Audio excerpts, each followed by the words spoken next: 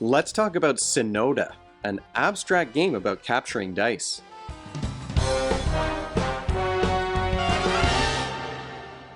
Welcome to Brains on Games. I'm Dr. Brian McDonald. In this episode, we're going to talk about a brand new abstract game from an indie publisher. It's a game that's all about capturing dice, a game called Sinoda by BSGames. Now, this is a game, you don't see the name on the box, the name's on the side. You can, in fact, use the top of the box as a second board, so you can have two games going at the same time. But this is a game for 2 to 4 players, or you can play it with 6. You can't play 5 players, it's 2 to 4 or 6. The box says kids age 14 and up can figure this one out. Now, I would say younger kids could understand the rules. It's the strategy that's going to be challenging for the younger kids. Games take anywhere from 20 minutes to an hour to play. Let's take a deeper look at Sinoda by BSGames. I've set up a 2-player game here. The board is smaller for 2 players. It keeps everything tight. Everything's crowded together. The larger board that you saw on the box allows a 4 or a 3 or a 6-player game with extra space around the outside. If you flip over this round board, you get the larger board as well, but I thought it would be easier to see just a 2-player game here. One of the clever things that I like about this box is that it warns you, do not step on these 4-sided dice. Yeah, that would really hurt your feet. So this is a rules-like game. The strategy is heavier, so it probably gets up to the higher level of medium when it comes to the strategic elements of it, but it is rules-light. It's not going to take me long to explain to you how to play this game. What you're trying to do is you want to be the player who earns the most points. The game's going to end there. I'll talk about the game ending conditions, but you earn points by capturing dice on the board. What do you do in a game of Sinoda? Well, really on your turn, you've got 2 options. You can choose to change one of your dice. You can move the value of a die up or down by 1. So I might change this one to a 2 as my first turn. Now that's the end of my action. The other player gets to take their turn. The other option that you can do is move one of your dice, and the number at the top dictates how far that die can move. There are a few rules about movement. One is you can't move through another piece on the board, so you can set pieces up to block players from moving. Another rule is that you have to move the full movement value. So I've got a 2 here. I have to move that die 2 spaces. I can't move it only 1. There's also no backtracking, so I can't move a die this way and then move it back to the same spot. I've got to keep it moving around the board. And then the final movement rule is that you're moving through these white lines on the, I guess that kind of looks like flowers on the petals of the flowers. You're moving through the white lines. You can't move through a point, so I can't move like this on my turn. I've got to move around this way. If I move my die and it ends its move on a spot with an opponent's die, I get to capture that die. It's going to come off the board. It's going to go onto my little player coaster over here. That's where I keep track of the pieces that I've captured. The number on the top is the number of points I'm going to earn. So if a player has changed the value of their die up to 3 or 4, I could earn 3 points or 4 points for capturing that die. The game will end when all players have only 1 die left. So you're not going to spend the end of the game with 1 die chasing one other piece.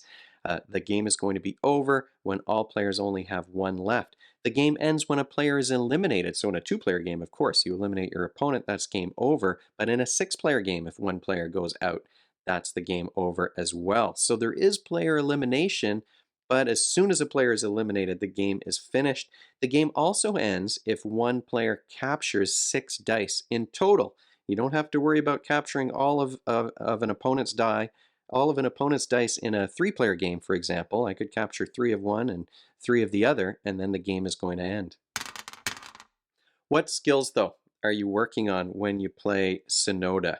Well, this is a very spatial game. Every single turn is a spatial puzzle where you're trying to figure out, where do I want to put my die and where do I want to leave the other dice to make sure that that the die that I'm moving is protected, or to make sure that I'm able to capture a die in the next turn, or to trap my opponent so that they can't move one of their powerful dice because it's being blocked, and then I can move another piece around the back way. So it is very much about visual spatial problem solving. Every turn is a spatial puzzle that you're trying to solve. But of course, you're also working towards the goal of earning the most points and capturing those dice. So you do have to think ahead and plan ahead. You want to think about, and it does get hard when we're talking about 3 or 4 players. It's hard to predict where all the pieces are going to end up, but you do want to try and predict as much as you can so that you can plan out each of your moves. And when we are talking about planning in order to reach a goal, well, that's an example of executive functioning skills. At the higher play counts, especially, the game state is going to change quite a bit between my turn and then the next time my turn comes around. If there are 2 other players, there are going to be lots of things for me to consider as each player makes their move. And so it is a game that's constantly shifting. That puzzle is going to change every turn, less so in a 2-player game, but it does change as the play count increases. Um, and when we are talking about being flexible in your strategy, being able to adjust your approach on the fly, that's an example of fluid reasoning skills. So we are talking about very much visual spatial problem solving, executive functioning in terms of the planning, and then the fluid reasoning in terms of that flexibility in adjusting your approach. Final thoughts, though, about Sinoda. Well, this is a game. Now, I pre-ordered this game right away. As soon as it became available for pre-order, I was on top of it because I've been seeing pictures of this game being played for ages. You know, prototypes of the game. Every single picture I've seen of players playing this thing, everyone is like deep in concentration. They're deep in thought, trying to figure out what their next move is going to be. So I was very excited about that. I like abstract games, especially because my son really likes abstract games and he's very good at them. I'm not good at these kinds of games. This is not my strong suit. If it's word games or spelling games, I can do those quite well. But these kinds of games I'm not very good at, but my son is, and he really likes them. So I love playing against him in these kinds of games. And so I saw the pictures of it and I thought, well, this is going to be right up our alley. So I've been waiting and waiting for a year, maybe more than a year. I'm not sure when I first saw a picture come up online of Sinoda, but as soon as it came up for pre-order, I ordered one. So this is not a review copy. I bought this thing because I was so excited about it.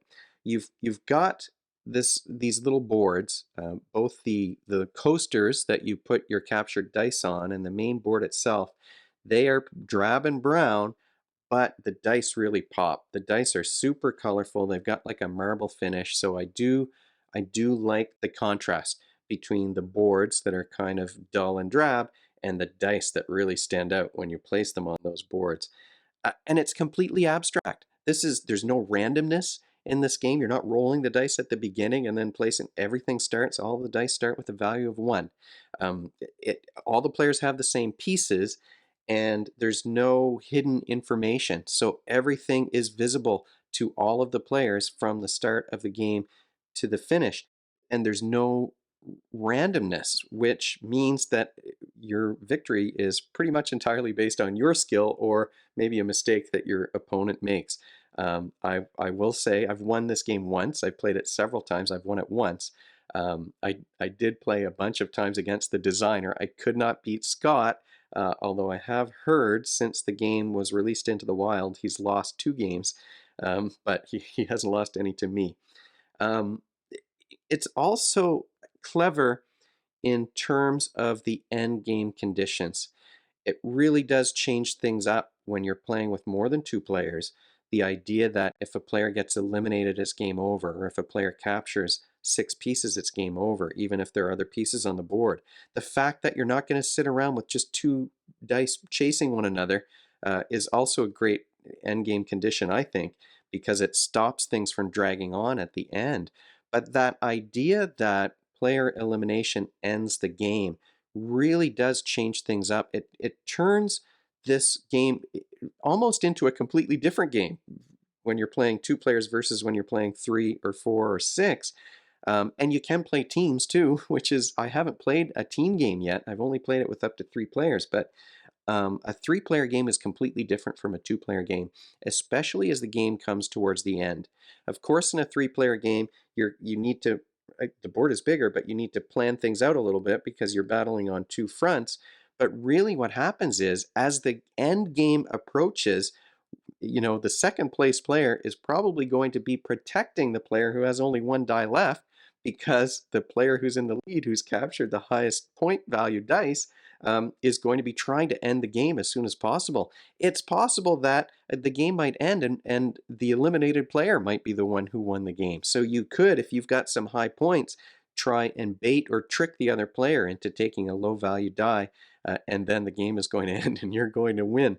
So it's so strategic, and it does become like almost a completely different game when you're playing with more than just the two players. So I love those end game conditions that you have to think about. I should mention also that the game can end early, even when there are other pieces on the board. They call it winning by Sinoda. If it's not possible for a player, even if they captured all the pieces on the board, if it's not possible for a player to beat, their opponent. So that might happen in a two-player game. If one player has captured fours and fives and the other only has ones and twos, you might not be able to, the red player might not be able to win, even if he captures all the rest of the blue dice. And then you would end the game at that point if you're able to do the math and catch it in time. So it doesn't drag on. It's not a game that overstays its welcome. It is a game that every time I've played it, I wanted to play again. I can't say that's true of all of the people that I played against, but certainly for myself, it does. I don't know, even though I'm not good at it, it speaks to something inside of me, I think. The rules are super simple. That's another benefit to a game like this. It takes like 5 minutes to learn how to play this thing, or maybe less, and then you're at the table and you're moving pieces around. But the strategy is still deep. It's still kind of a brain burner. You can sit and stare at the board for a while, trying to think, what's my best move here? And those games do hit a sweet spot, at least around our table, because you want a game to be quick to learn and quick to get to the table, but you still want those decisions to be interesting, and you want it to be a game that's strategic enough that it keeps you kind of involved and interested in what's happening. So I think this is a brilliant abstract game. I think the end game conditions, the simplicity of the rule set, the fact that you can play a second game at the same time, using the box as a second board. It's very clever, and I've played a lot of abstract games since I started the channel. It's not been the primary focus, but certainly I've played several. Some I haven't talked about yet, and I'm hoping to get to. But this, I would say, is the best abstract game I've played in years. I'm just so excited to share it. If you're a chess fan, I think this could be a big hit. Um, and it is from an independent publisher, so I don't know how big the print run is. So you might not want to sit on your hands if this is a kind of game that you're enthusiastic about. But I just think it's brilliant. Just the way that the end game is designed, the way that it's so flexible in terms of the number of players. Um, what a fantastic experience. If there's an award for abstract games, I would give it to this one for sure. Uh, are there downsides? Well, because it's so skills based, the experienced players do have an advantage. Like I said, the designer has lost two games since this game came out, and I couldn't beat him. I couldn't even come close. Well, maybe I came close a couple of times in all of the games that I played. So it is so skills based that the experienced player has a real advantage, and there's not like a handicapping system. I have the game, and I'm probably going to be the one who gets the most practice with it. So maybe I'll get to beat my son, even though it's not my forte, these kinds of games. Um, the board is drab. Like, I do like the way that the dice stand out, but it is kind of a brown, boring board. Thank goodness that the dice are so bright and colorful, and they have that nice finish on them. Uh, and those are minor quibbles. Let's face it, this is a game that I love. Don't step on these dice, but this is a game that I love. It's just fantastic. So thanks so much to Scott for giving me a heads up about this thing so that I could pre-order it. And if you have any questions about Sinoda. I will put a link to the BS Games website in the show notes of the video, but if you have any questions or comments, you can, of course, leave them in the comments section of the video, or you can email me at brian@brainsongames.ca. Brainsongames.ca is the website. That's where future episodes will go. Previous ones are already up there. Brains on Games is the X handle and the Facebook page and the Instagram feed, so we're all over the place. And if you enjoyed this video and you want to be notified of future ones, you can head on over to YouTube and click that subscribe button. Thanks for joining me, and hopefully I'll see you next time.